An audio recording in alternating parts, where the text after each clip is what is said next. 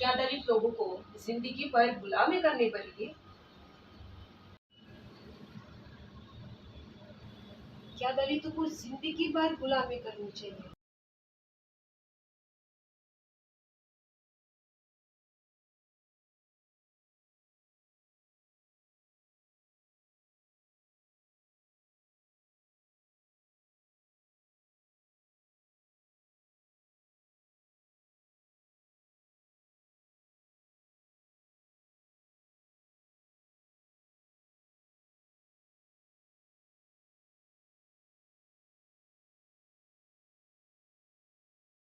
नवाब भीमराव अंबेडकर ने उसके किताब रिडल्स ऑफ हिंदुइज्म में यह कहा है कि जो प्राचीन काल में जो शूद्र थे वो दरअसल चारों वर्ण और खास तौर से राजा का व्यक्तिगत गुलाम हुआ करते थे। तो मैं आज इसी पर गवेषणा करूंगा कि यह इल्जाम कितना सच है और कितना झूठ।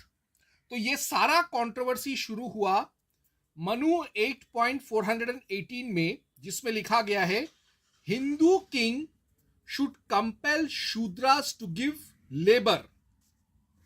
यानी मनु ने कहा है मनु 8.418 में कि हिंदू राजा को शूद्रों को विवश करना चाहिए कि वो उसके लिए श्रमदान करे, उसके लिए उसका काम करे, उसको मुफ्त में सेवा दे।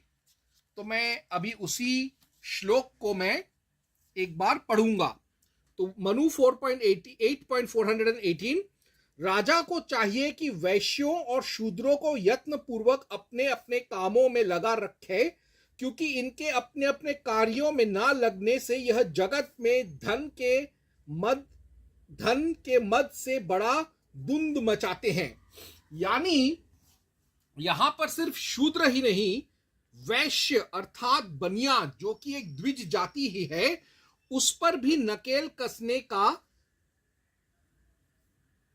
उपाय बताया गया है मनु द्वारा हिंदू राजाओं को। क्यों?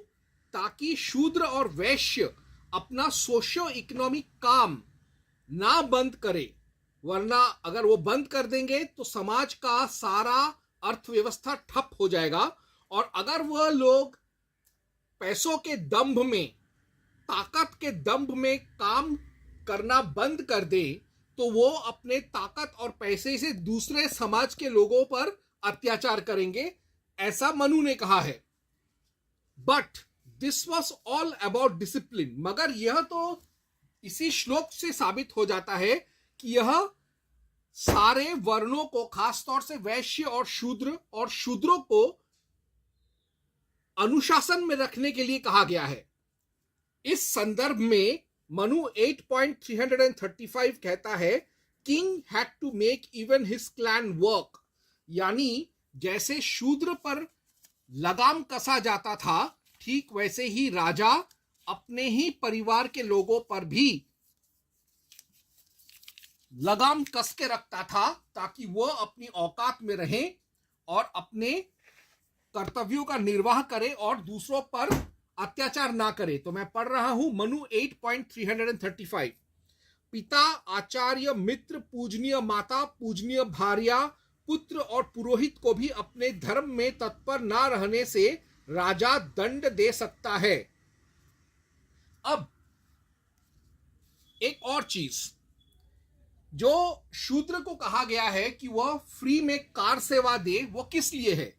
इन lieu of tax king got labour. Manu 10.119 to 120।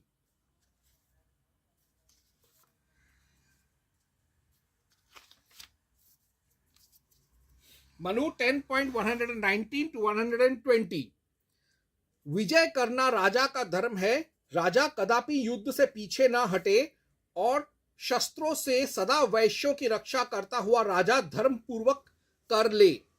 आपातकाल में राजा को वैश्यों से धान्य का 8वां भाग और सुवर्ण आदि का 20वां भाग कर लेना चाहिए और शूद्र कारीगर, शिल्पी आदि से अपना कार्य करा लेना चाहिए। यानी अगर देश में आपातकाल आ जाए दुर्भिक्ष आ जाए, अनावृष्टि हो जाए, युद्ध हो जाए या व्यापार ठप हो जाए, अर्थनीति बिगड़ जाए, तो ऐसे सिचुएशन में राजा को ज्यादा कर या बिल्कुल कर नहीं लेना चाहिए। उसके बदले में शूद्रों से उनका सेवा ले लेना चाहिए। इसमें कोई गलत बात तो बिल्कुल नहीं है। और इससे यह प्रमाणित हो जाता है कि शूद्र जो थे वो गुलाम नहीं थे। और भी बहुत सारे प्रमाण हैं मनुस्मृति से ही जो यह साबित करते हैं कि शूद्र आजीवन गुलाम नहीं थे, फोकट के बेगारी करने वाले गुलाम नहीं थे। शूद्रास गॉट सैलरीज विच स्लेव्स नेवर गेट, यानी जो फोकट का गुलामी करता है उसको कभी पगार नहीं मिलता, उसको कोई सहूलियतें नहीं मिलती। लेकिन मनुस्मृति में शूद्र को भी पगार दिया जाता था, उसको भी परक्विसिट्स दिए जाते थे। इसी से प्रमाणित होता है कि शूद्र गुलाम नहीं थे। इसके लिए मैं पढ़ूंगा मनु 7.125 to 126।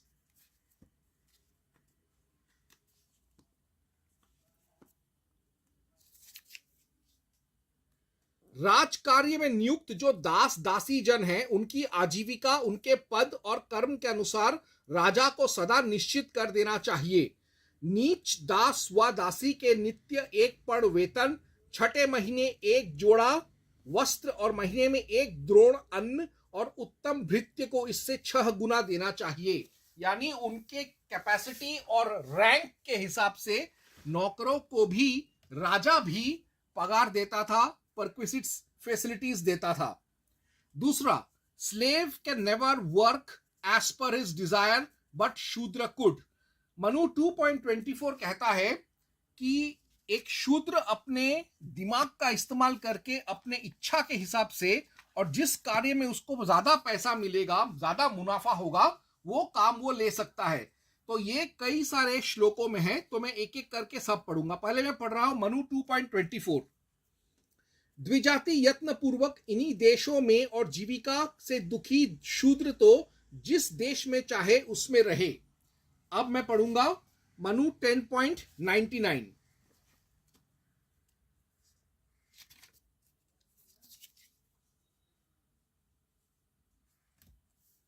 जो शूद्र जीता द्विजाति की सेवा करने में असमर्थ हो और जिसके स्त्री पुत्र क्षुधा से पीड़ित हो, वह कारीगरी से जीविका करे। अब आगे मैं पढ़ूंगा मनु 10.121। ब्राह्मण की सेवा से यदि शूद्र की जीविका ना चले तो क्षत्रिय की सेवा करे, और वह भी ना मिले तो शूद्र धनी वैश्य की सेवा करके जिए। अब unlike Shudras, slaves have no honour. शूद्रों का मान सम्मान होता था, लेकिन दास जो गुलाम होते हैं, नॉट दास, जो गुलाम होते हैं, जैसे इस्लाम में गुलाम होते हैं, ईसाइयत में गुलाम होते हैं, उनका कोई प्रतिष्ठा नहीं होता था। इसके लिए मैं पढ़ूंगा मनु 4.141। हीन अंग वाले, अधिक अंग वाले, विद्याहीन, उम्र में बड़े, रूप और धन रहित तथा जातिहीन इन पर आक्षेप ना करना चाहिए। और तो और अनलाइक स्लेव्स, शूद्र कैन लीव स्लेवरी, यानी एक आजीवन गुलाम जो है वो मरने के बाद भी गुलामी रहता है। उसके बाद उसका पूरा परिवार, उसके बाल बच्चे, उनके आने वाले पीढ़ी और उसका पूरा नस्ल हमेशा के लिए मालिक का गुलाम रहता है। लेकिन शूद्र जो है वह गुलाम नहीं था, इसीलिए वो आजीवन शूद्र का काम या दास का काम करे, ऐसा कोई अनिवार्य नियम नहीं था। मौका मिलने पर वह भी शूद्रत्व, दासत्व छोड़ सकता था और समाज में ऊंचा उठ सकता था, ऊपर वर्ण में भी प्रगति कर सकता था। इसके लिए मैं पढ़ूंगा मनु 10.98 और मनु 9.335। तो सर्वप्रथम मैं पढ़ूंगा मनु 10.98।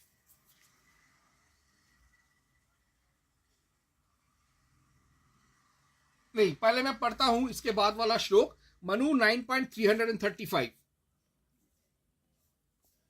देह और मन से शुद्ध, अपनी जाति से ऊंची जाति की सेवा करने वाला, मधुर भाषी, अहंकार रहित और ब्राह्मण आदि तीनों वर्णों का सेवक, ऐसा शूद्र भी अपनी जाति से उत्तम जाति हो जाता है। अब मैं पढ़ूंगा 10.98। लीव शूद्र लाइफ। वैश्य निज धर्म से जीविका करने में असमर्थ हो तो निषिद्ध कर्मों को छोड़कर शूद्र वृत्ति से जीविका करे, परंतु समर्थ होने पर शूद्र वृत्ति छोड़ दे। This is not especially for Vaishyas, also for Shudras, as good Shudras tradition same as Vaishyas. Manu 5.140। यानी शूद्र और वैश्य अगर कभी शूद्रत्व में पड़ जाते हैं तो उनको फौरन जितना जल्दी हो सके अपना उन्नति करके शूद्रत्व का त्याग कर देना चाहिए।